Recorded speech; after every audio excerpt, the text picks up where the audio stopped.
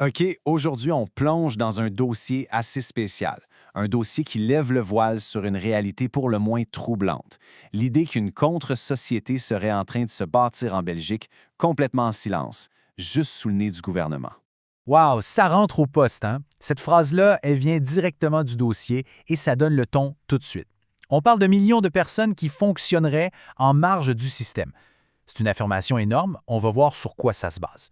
Bon, avant toute chose, c'est super important de comprendre la nature de ce document. Il ne fait que rassembler des données officielles, toutes vérifiées, qui viennent d'institutions sérieuses, mais il les organise dans un récit qui, lui, est volontairement conspirationniste. La vraie question, c'est comment ça se fait que ce récit est si crédible?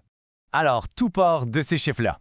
En Belgique, il y a 2,4 millions de personnes qui sont des bénéficiaires BIM. Ça veut dire qu'elles ont droit à une aide pour les soins de santé. C'est notre premier chiffre clé.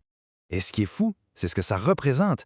2,4 millions, c'est 21 de la population belge. C'est plus d'une personne sur 5. On ne parle pas d'un petit groupe marginal, c'est une portion vraiment significative du pays.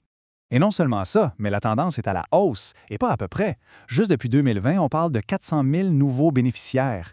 La croissance est exponentielle, ce qui vient nourrir l'idée qu'il y a un phénomène de fond en train de prendre de l'ampleur. Bon, c'est là qu'on arrive au cœur de l'affaire, la thèse centrale du dossier. L'idée, c'est que la situation de ces 2,4 millions de personnes, ce n'est pas une erreur du système, non. Ce serait une caractéristique voulue, intentionnelle, une sorte d'incubateur. OK, accrochez-vous bien parce que ça, c'est le concept clé, le fameux piège à plus de 100 En gros, ça veut dire que pour une personne qui reçoit ces aides, chaque euro gagné avec un travail déclaré peut lui faire perdre plus qu'1 euro en avantages sociaux. Le travail légal devient donc carrément irrationnel d'un point de vue économique. C'est documenté, le système décourage activement le retour à l'emploi. Donc, si le travail déclaré est un piège, comment on fait pour survivre? Eh bien, le dossier pointe vers une porte de sortie, une loi sur le volontariat qui permet de recevoir des compensations non imposables. Et c'est ça, la supposée porte d'entrée de cette économie parallèle. Si on fait le calcul, théoriquement, si chaque personne concernée utilisait ça au maximum, on parlerait d'une économie de plus de 4 milliards d'euros complètement invisible pour le fisc.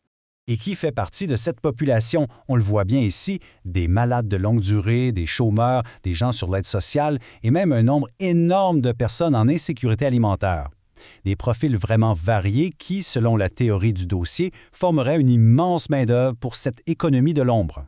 Et pour mettre un peu d'ambiance, le dossier présente même les règles de ce fameux projet, un peu comme dans Fight Club. Première règle, on ne parle pas du projet BIM. Deuxième règle, on ne parle pas du projet BIM. Tout doit avoir l'air d'être du simple bénévolat. Mais au moment où on est le plus plongé dans cette théorie du complot, le récit prend un virage à 180 degrés. L'histoire qu'on nous raconte depuis le début, ce n'est pas tout à fait ce qu'on pense. Eh oui! C'était un poisson d'avril. Toute cette histoire de contre-société secrète, de projets clandestins, c'était une fiction, une satire. Et c'est là que tout bascule. Parce que le dossier nous dit, l'intention qu'on a prêtée aux chiffres, l'organisation secrète, ça, c'était inventé.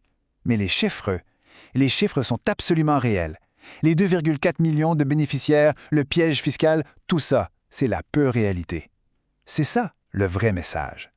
Alors maintenant, on va faire l'inverse. On va analyser ce qui rend cette fiction si crédible, si plausible. On va regarder de plus près les vraies statistiques qui ont servi de fondation à toute cette histoire.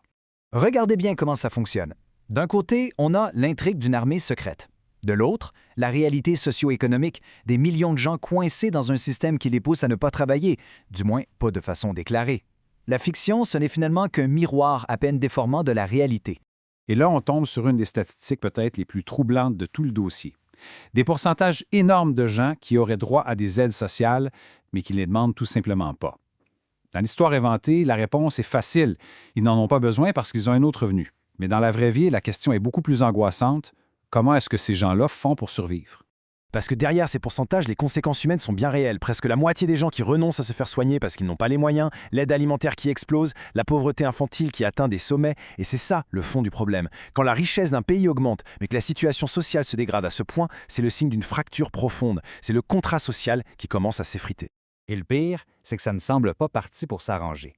Cette chronologie, elle montre comment des décisions politiques, récentes ou à venir, vont mécaniquement faire grossir les rangs des gens en situation précaire. Bref, alimenter le bassin de ce que le dossier a appelé le projet BIM.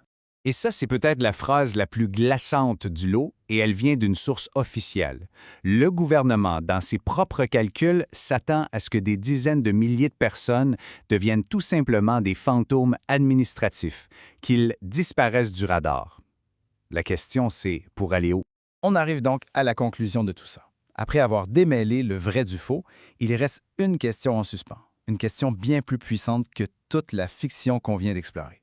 Ce tableau y résume tout parfaitement. Pour chaque élément de l'intrigue conspirationniste, il y a une donnée statistique bien réelle qui est tout aussi alarmante, sinon plus. La fiction est à peine une exagération de la réalité. Et c'est avec ça qu'on nous laisse. La seule chose qui était vraiment imaginaire dans ce dossier, c'était la coordination, l'organisation secrète. Face à une réalité aussi dure, aussi bien documentée par des chiffres officiels, la véritable interrogation, c'est l'absence de réaction collective. La vraie question, ce n'est pas de savoir s'il y a une contre-société organisée, c'est plutôt de se demander pourquoi, avec une telle pression, elle n'existe pas.